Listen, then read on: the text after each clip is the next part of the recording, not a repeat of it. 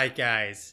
With me I have EO from I have Accel eSports who took it 2-0 this evening. So first off, congratulations there. Thank you, thank you. So how do you guys feel after that series? We feel the biggest thing about tonight is this is the first game we've played with our tank sub, Mhm. who's actually not our tank sub, who is our flex sub, because our tank sub was also out. So that was a real confidence booster that we were able to get him in with, I think, maybe probably 3 hours of practice total with the group. Nice. Um, yeah, and have him come in and like I think you can tell because a lot of the Diablo wombo combos were not up to our normal standard because a lot of them got whiffed. But Mhm. and then a win is a win, you know. Yeah, I mean, to be fair, I'd say maybe a quarter of them whiffed, and the ones that mattered landed. Yeah, that was for sure. So, Towers of Doom, is that a map you guys practice a lot? Because you had really complete control overall in Towers of Doom. Okay, so in this for that match specifically, we're comfortable with towers just in general. Um, but I think the bigger issue is when in our scouting we realized that that Winky Face was very weak into sustained combats. Hmm. So fights where there's a contention point over 1 point, like Cursed Hollow or Towers, they didn't really seem to know how to make those engagements well. So that's Hmm. why we prioritize Towers for that. Ah, yeah, you guys just kind of went on a tear. I mean, at a certain point, it was 16-32. So, like, you literally could have given up the core in shots that they had remaining and still been in an even game. Yeah, and I think we realized that we only traded like we made the smart trades and we didn't contest, and those were the Mhm. shots that got out. Yeah, So we took it as a nearly perfect game.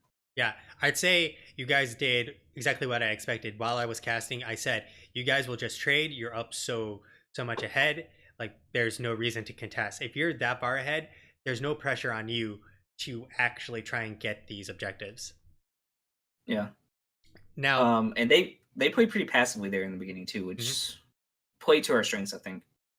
yeah, I think part of the problem was they drafted a comp that has to scale with an Asmodin, and when the game was over, I'm not sure if you guys saw, Asmodin only hit 270 stacks when it was all said and Ooh, done. no, I didn't notice that. Now, in game two, obviously things were a little shaky in the beginning there. In the beginning, yes, Yeah. we were just talking about that, how our rotations got very off in the very front. And I got some feedback from my teams about the last comment about it being way closer than it looked, but I think it was closer than it looked because that beginning was so rough. Yeah, I think that winky face puts you in kind of like the worst situation that you can feel is they've gotten pressure up to your keep walls in the bot lane pretty early on, which then Yeah. means that you guys have to execute well enough to not trade significantly poorly, where they can then just like run through and get a keep. But nonetheless, I also thought Winky Face also looked better too. Like I think they played better alongside of generally drafting better. The combination definitely gave them the advantage, but like once you guys hit a certain point and executed those combos, their team fight could not stand up. Yeah. Yeah, I completely agree with that because we definitely got the fear of the Reaper, especially when Malthair started scaling a little bit more. Mhm. And, our Diablo has full souls. And that doesn't mean anything when it's percentage based damage. Yeah. It's basically like, oh, I just do more damage to you. Great. Yeah. But once the Wombo came on, and honestly, we're still surprised that they let Diablo, Deckard, and Jaina through.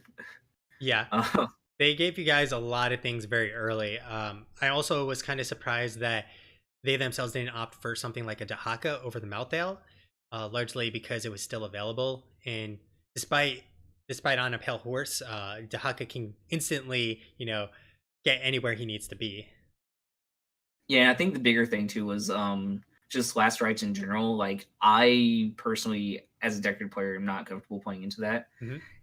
and I think you can see it because I, you know, my goal. I'm not physically used to playing with it, so I'll heal the front line more than the back line Yep. or someone that's retreating. Matthew can just pop back there and drop it and get out. So that's something I need to personally work on.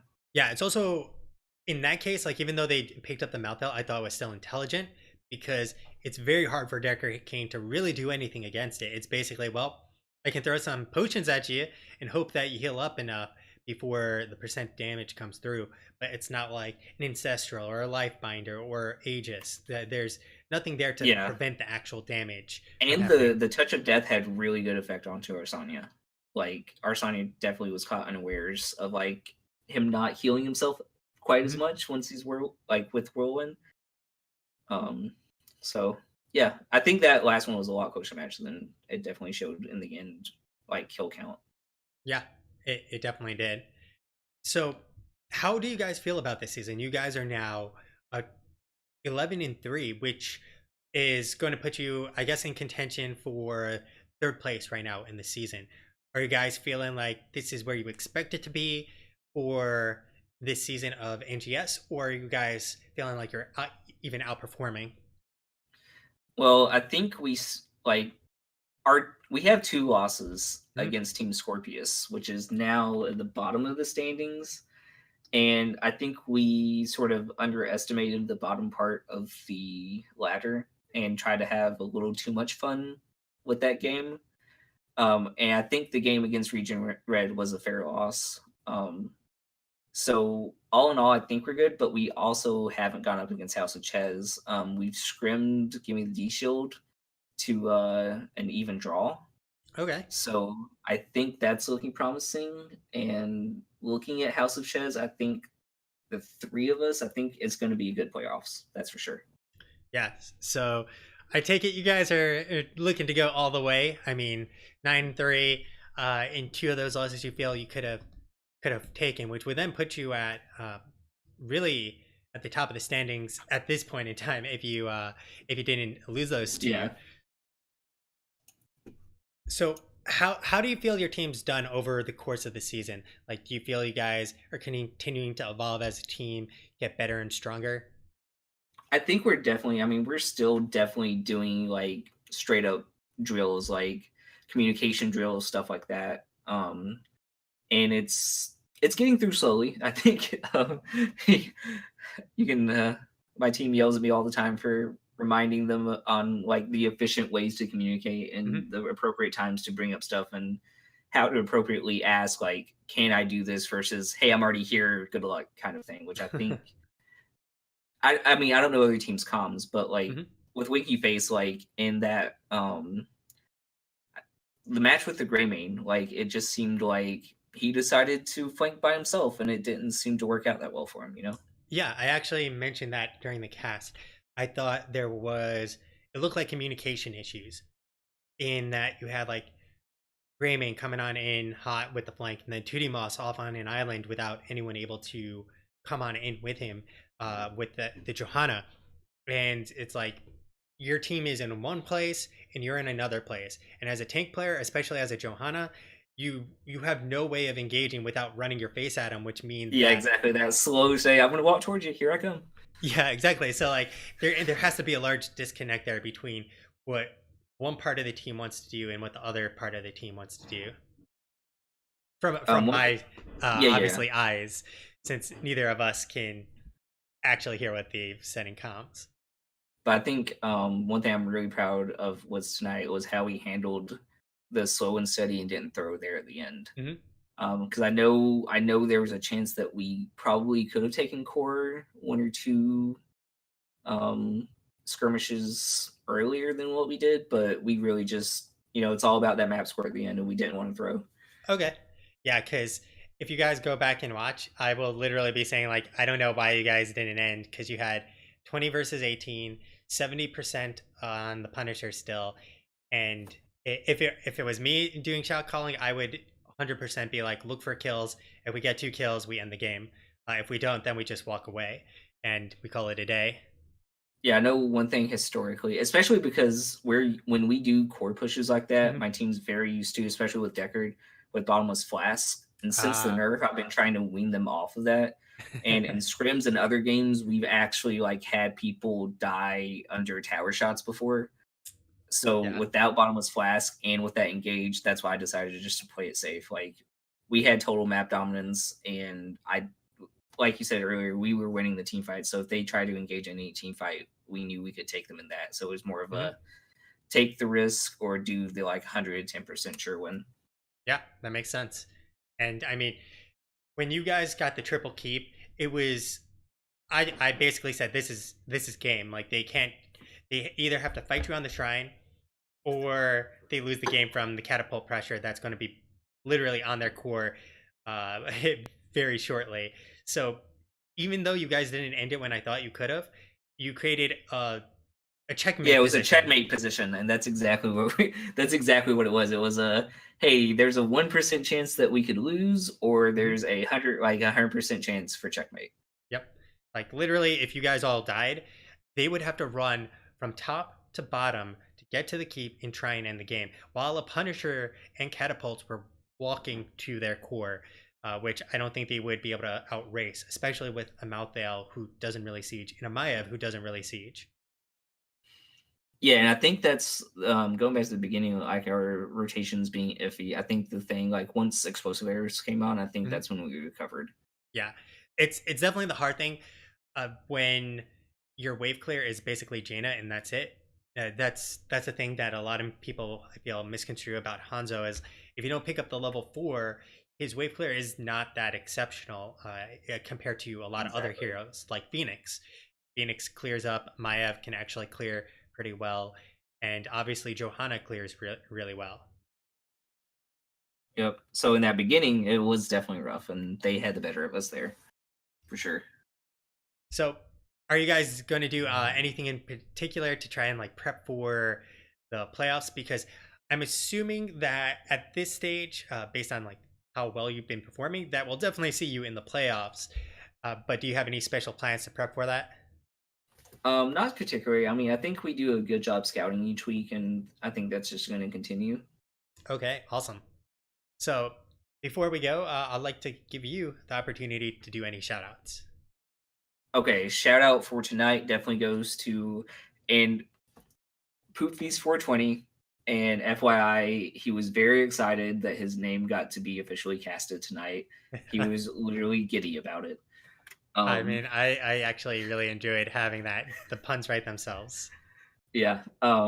So yeah, for stepping in tonight and playing a decent game and getting us the wins. Anything else? Oh, that's gonna be it. All right, awesome. The fewer, the more special they are. That's true. Well, thank you so much for the interview and best of luck to you and your team in the rest of the season and hopefully in the playoffs if I don't get the opportunity to cast you guys again. Yep. Thanks for the cast. We'll look forward to well, I'll look forward to rewatching it to see what you had to say. But good night to you. Yep. Enjoy the rest of your evening. Night.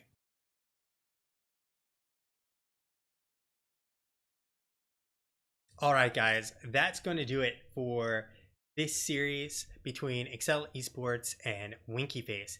Now, you saw Accel eSports if you've been hanging out with me this evening. Take the series 2-0. Now, before we head off, I'm going to go to the highlight reel, which got jacked up in between the first game and second game. I actually forgot to turn on my replay buffer, but replay buffer was active as you guys saw for the second series. Now, after that, you guys can all go on over to. I'm going to pull it on up right now. I believe it's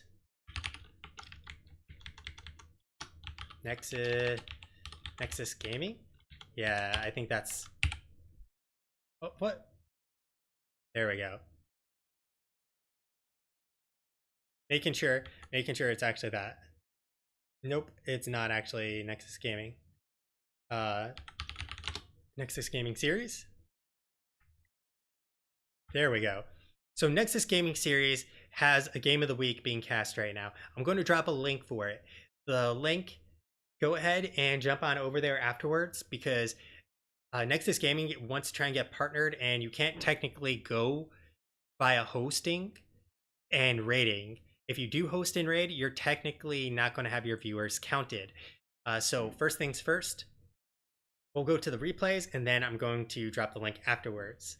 And if you don't want to go and watch that, I'm going to play some unranked. I'm the unranked god. I've actually played against some NGS players like Luxurian Sun and Luxurian Snake, and well, not full teams, but multiple members from those teams and other NGS players. So you might get to catch some of that as well. So thanks again for joining me. And if you enjoyed the cast, hit follow, come back to see me cast some more, which is infinitely more important than hitting a follow button. And if you really enjoyed it, I definitely appreciate if you subscribe too. I have my Twitter down below. Twitter is where I put my notifications for basically the games that I'm going to be casting. So if you want to keep up and see what I'm doing or what I will be doing, then you can catch me there. My VODs I toss onto YouTube, also same name, and same name as the Twitch. And you can then keep a lookout on all the teams I've casted.